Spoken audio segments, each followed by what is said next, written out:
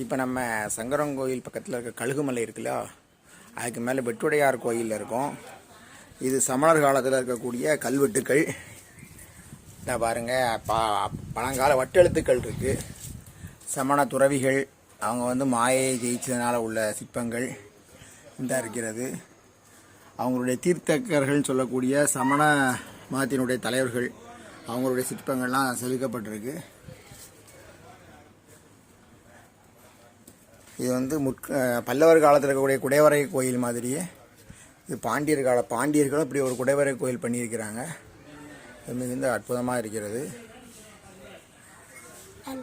அதுக்கப்புறம் இன்னும் சில இடங்கள் அடுத்த சிற்பங்களை நான் உங்கள்கிட்ட அதுக்கப்புறம் பகிர்ந்து கொள்கிறேன். நீ தமிழ் வட்டெழுத்துக்கள் மாத்திரம் பார்த்துக்கோங்க. ஆதி காலத்து வட்டெழுத்துக்கள்னு சொல்லக்கூடிய எழுத்துக்கள் தான் இவையெல்லாம். எல்லா கல்வெட்டுக்களுமே ஆதிகால வட்டெழுத்துக்களில் தமிழ் வட்டெழுத்துக்களில் இருக்குது. இது தமிழருடைய தொன்மையான ஒரு கல்வெட்டு என்பது இந்த வட்டெழுத்து தான். நன்றி.